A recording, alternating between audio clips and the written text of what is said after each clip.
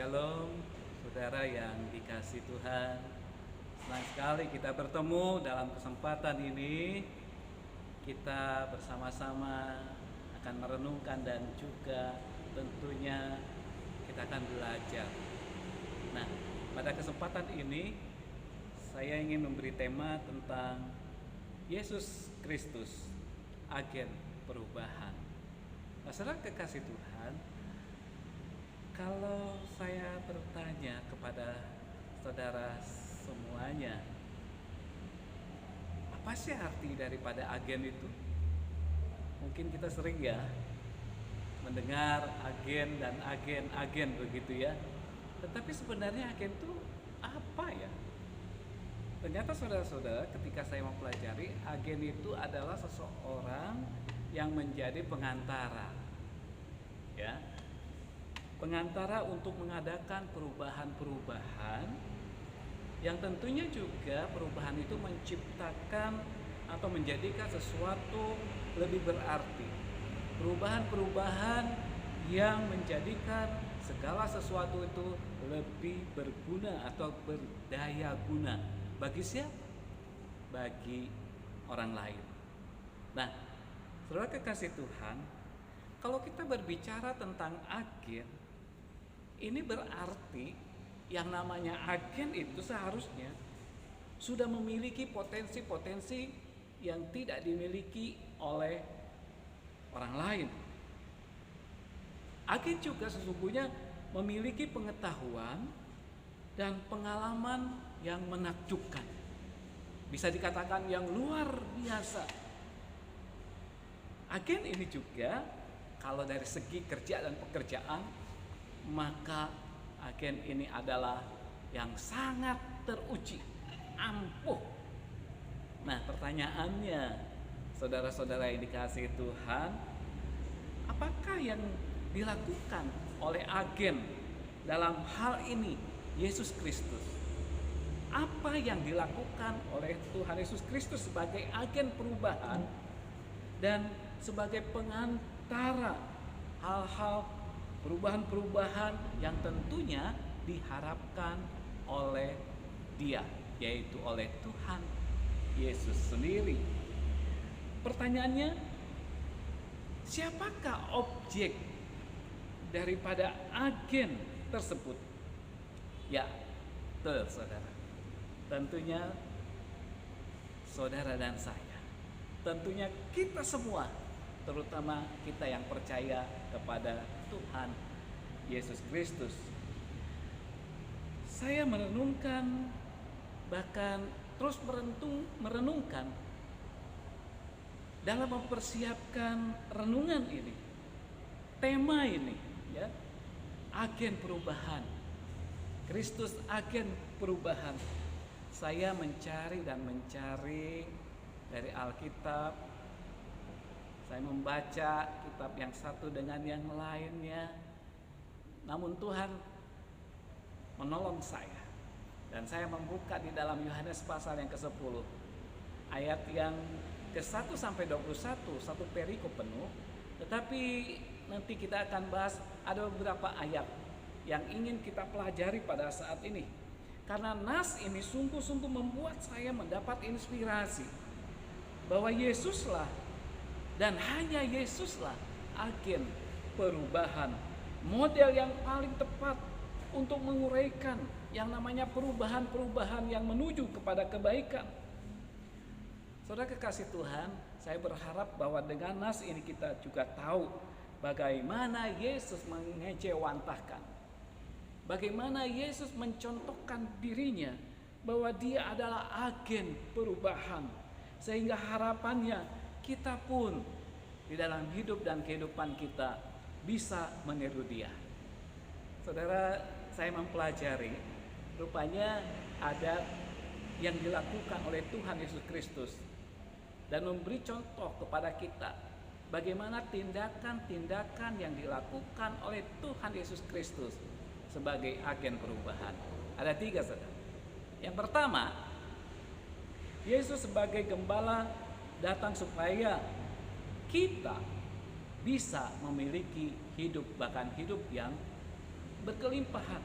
Di dalam ayat yang ke-10 sampai ayat yang ke-13 dari Yohanes yang ke-10. Yang kedua adalah Yesus mengenal domba-dombanya. Demikian juga domba-dombanya mengenal Yesus. Yohanes 10 ayat 14 sampai 17. Dan yang ketiga, Yesus menjamin kita dalam lindungannya dan menyatakan kuasanya di dalam ayat yang ke-18. Saudara kekasih Tuhan, marilah kita akan belajar dan memahami satu persatu bahwa Yesus menjadi agen perubahan. Yang pertama kalau kita perhatikan, sungguh luar biasa bahwa memang hanya Yesus yang tepat disebut agen perubahan. Yesus nomor satu, yang artinya tidak ada duanya. Yesus agen perubahan karena Yesus bukan hanya agen biasa, tetapi agen yang luar biasa karena kita tahu bahwa Yesus adalah Allah sendiri yang datang ke dalam dunia ini. Saudara-saudara yang dikasihi Tuhan, kita belajar tindakan yang pertama. Kita perhatikan, Yesus memberi hidup. Bahkan Yesus memberikan hidup yang berkelimpahan. Baik saudara-saudara, di dalam Alkitab dikatakan, di dalam Yohanes 10 ayat yang ke-10 sampai yang ke-13, saya bacakan demikian. Pencuri datang hanya untuk mencuri dan membunuh dan membinasakan. Aku datang supaya mereka mempunyai hidup dan mempunyainya dalam segala kelimpahan. Akulah gembala yang baik memberikan nyawanya bagi domba-dombanya.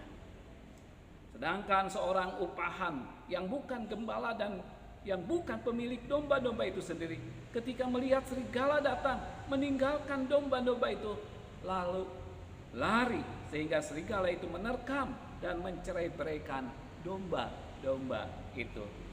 Ia lari karena ia seorang upahan dan tidak memperhatikan domba-domba itu.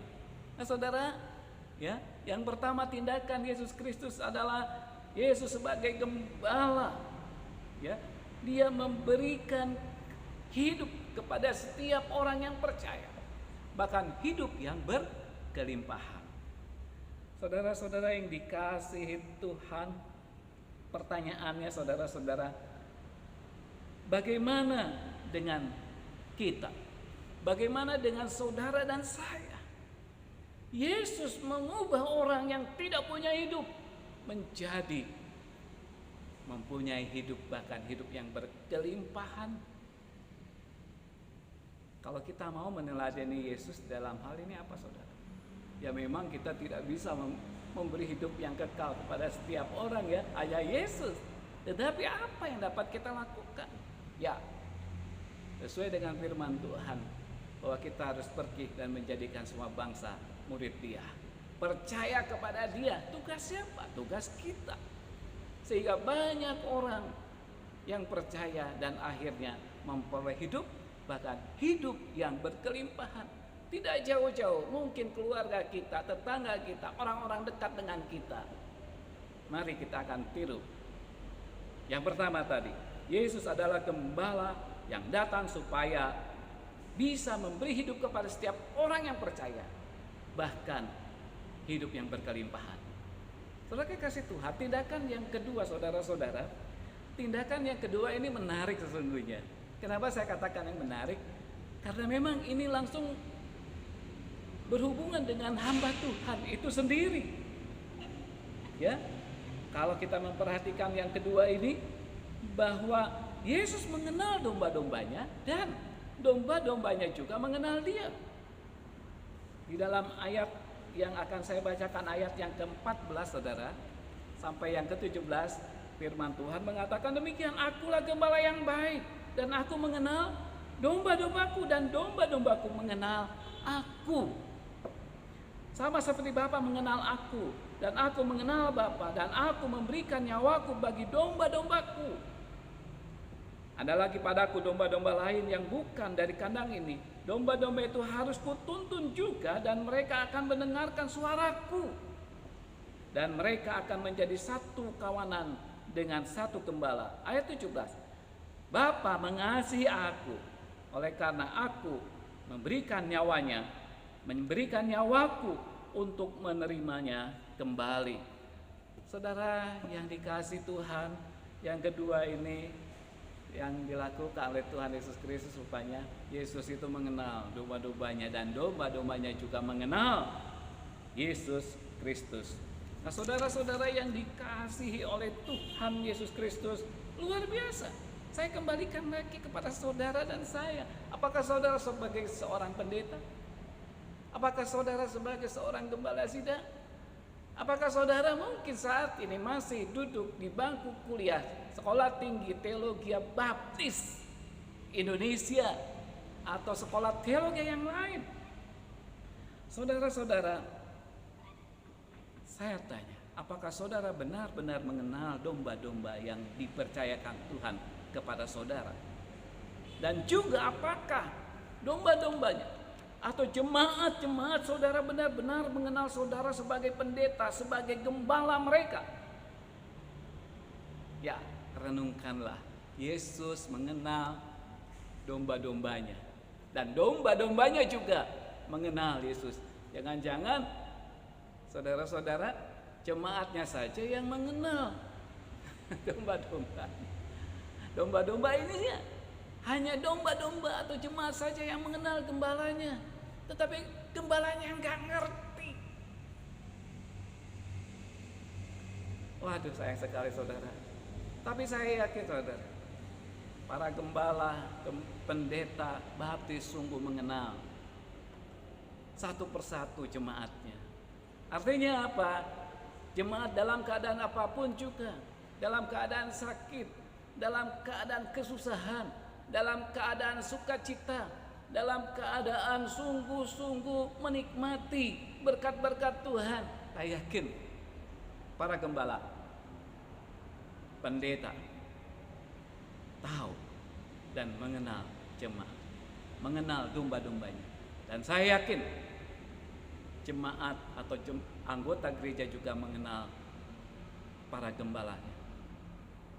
Bapak Ibu yang saya kasih di dalam Tuhan Yesus Kristus, bahkan di dalam ayat 17 itu saudara, saking begitu besarnya kasih Sang Gembala Agung Yesus ini, maka ia rela menyerahkan nyawanya bagi domba-dombanya.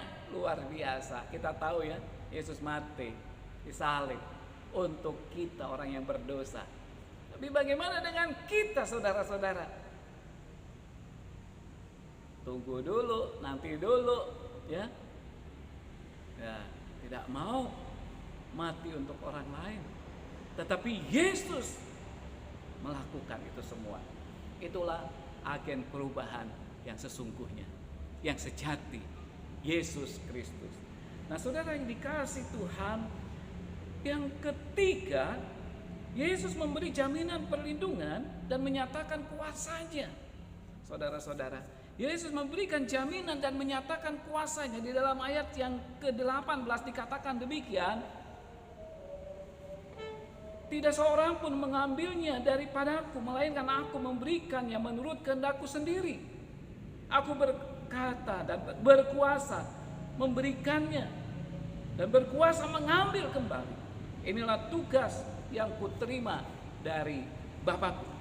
Oh saudara-saudara yang kasih Tuhan, luar biasa tuh. Kalau kita memperhatikan Yesus, kapasitas Yesus Kristus sebagai Gembala Agung menjamin bahwa Dia akan melindungi umatnya. Kapasitas Dia sebagai seorang Gembala Agung, ya, menjamin, bahkan menyatakan kuasanya kepada setiap orang, sehingga mereka merasakan kuasanya dalam menjalani hidup dan kehidupan yang terasa berat, yang penuh dengan tantangan. Pertanyaannya, bagaimana dengan saudara? Apakah kita juga bisa membuat orang lain merasakan hanya perlindungan yang berasal daripada Tuhan? Apakah kita juga bisa membuat orang lain merasakan Ada kuasa Tuhan Yesus Kristus yang besar yang dapat diberikan kepada mereka. Saudara-saudara, saat ini marilah kita semua belajar dari Yesus Kristus. Dia menjadi agen perubahan yang membuat orang percaya padanya. Dan kalau kita perhatikan, mereka yang percayanya, ya mereka yang sungguh percaya kepadanya, mereka memiliki hidup yang kekal. Bahkan di dalam katakan percaya kepada Dia akan memiliki hidup, bahkan hidup yang berkelimpahan. Yesus juga mengenal domba-dombanya, sehingga domba-dombanya pun mengenal Yesus. Dan Yesus memberikan perlindungan serta menyatakan kuasanya kepada setiap orang yang sedang di dalam permasalahan yang berat, yang sedang dalam menghadapi sakit penyakit, dalam pergumulan yang berat. Saya yakin Yesus ada melindungi dan menyatakan kuasanya sehingga mereka lepas dari semua permasalahan yang ada. Luar biasa, saudara. Bagaimana dengan kita? Kita pun sesungguhnya perlu belajar kepada Yesus. Kita bisa menguatkan, bisa mendoakan, kita bisa mengunjungi domba-domba kita sesama orang Kristen, sehingga mereka merasakan perlindungan berkat Tuhan dan kuasa Tuhan dinyatakan. Akhirnya, saudara kekasih Tuhan, marilah renungan singkat ini kiranya akan mendorong kita dan memberi inspirasi kepada kita. Karena kita tahu Yesus sebagai agen perubahan yang setia, yang ditunjukkan bahwa Yesus adalah Gembala Agung yang sungguh luar biasa, yang patut untuk kita, saudara dan saya, sungguh-sungguh mempelajari. Dia memberikan hidup, bahkan hidup yang berkelimpahan. Ia mengenal domba-dombanya, domba-dombanya pun mengenal Dia. Ia menyatakan perlindungan dan menyatakan kuasanya. Bagaimana saudara? Siapkah saudara untuk menjadi agen perubahan? Di luar kita banyak orang yang menanti kehadiran kita. Kiranya Tuhan memberkati kita semua. Haleluya.